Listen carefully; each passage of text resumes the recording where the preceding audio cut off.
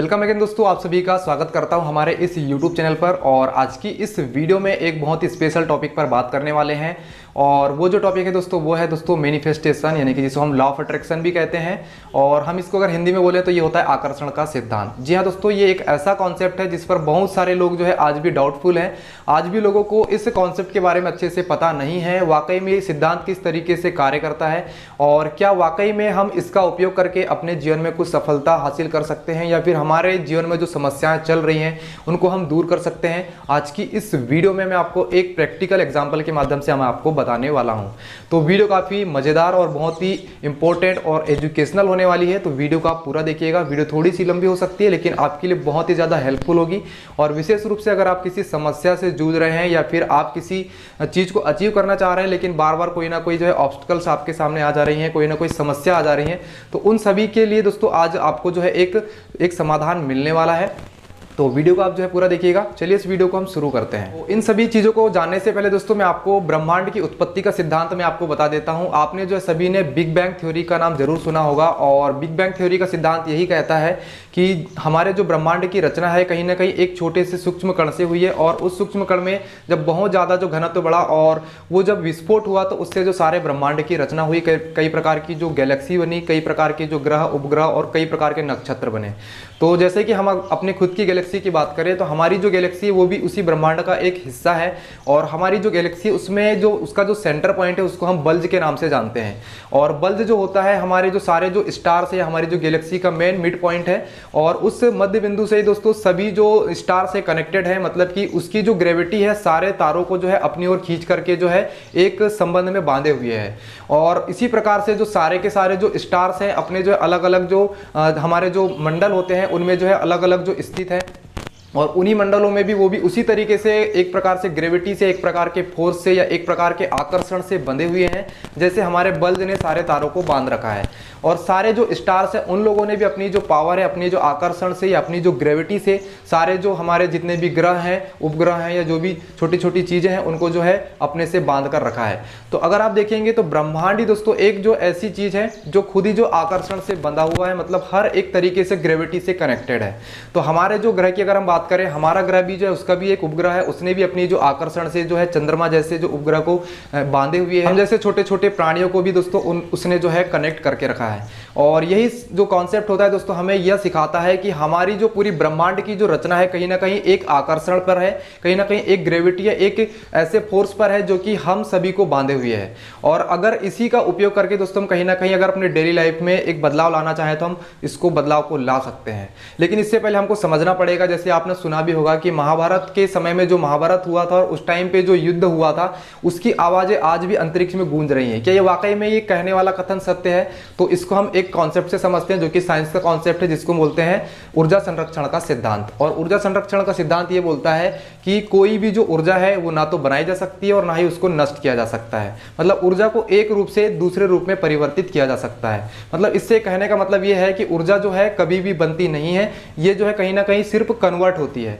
वैसे हम जब भी कोई चीज यहाँ पर बोलते हैं तो वो कहीं ना कहीं आवाज में कन्वर्ट होता है और वही आवाज कहीं ना कहीं जो एनर्जी के रूप में पूरे ब्रह्मांड में गूंज रही होती है। और इसी कारण से जो बोला गया था कि उस टाइम पे जब महाभारत का युद्ध हुआ था तो वो जो ऊर्जा है, जो साउंड है, वो आज भी अंतरिक्ष में या ब्रह्मांड में कहीं ना कहीं गूंज रही है। मतलब ऊर्जा कहीं ना कहीं संरक्षित होती है।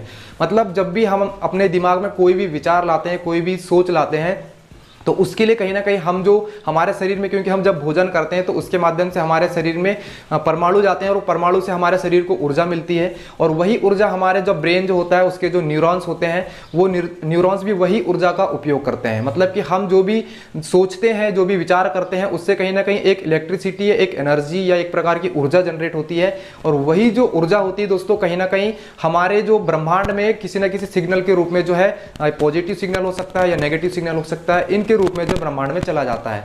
और जब हम कोई भी चीज जब बहुत ही ज्यादा लेवल पर सोचते हैं, बहुत ही ज्यादा जो हमारे जो दिमाग में जो एनर्जी जनरेट जब होती है तो वो कहीं ना कहीं हमारे ब्रह्मांड में जो है जाकर के वो एकत्रित होने लगती है और वही फिर एक बड़े रूप में जो है हमें मिलती है। कहने का मतलब यह है दोस्तों कि जो आकर्षण का जो सिद्धांत है यही एनर्जी ऊर्जा संरक्षण के सिद्धांत पर काम करता है, जो कि एक प्रैक्टिकल चीज है। और आप लोगों ने जो ढेर सारे साइंटिस्ट थ्योरीज भी देखी होगी जिसमें ऊर्जा को जो वाकई में जो है दोस्तों आप सिर्फ कन्वर्ट कर सकते सकते हैं, बना नहीं सकते हैं। मतलब हमारे दिमाग में जो ऊर्जा जो जनरेट हो रही है कहीं ना कहीं, ये कहीं ना कहीं स्टोर जरूर हो रही है।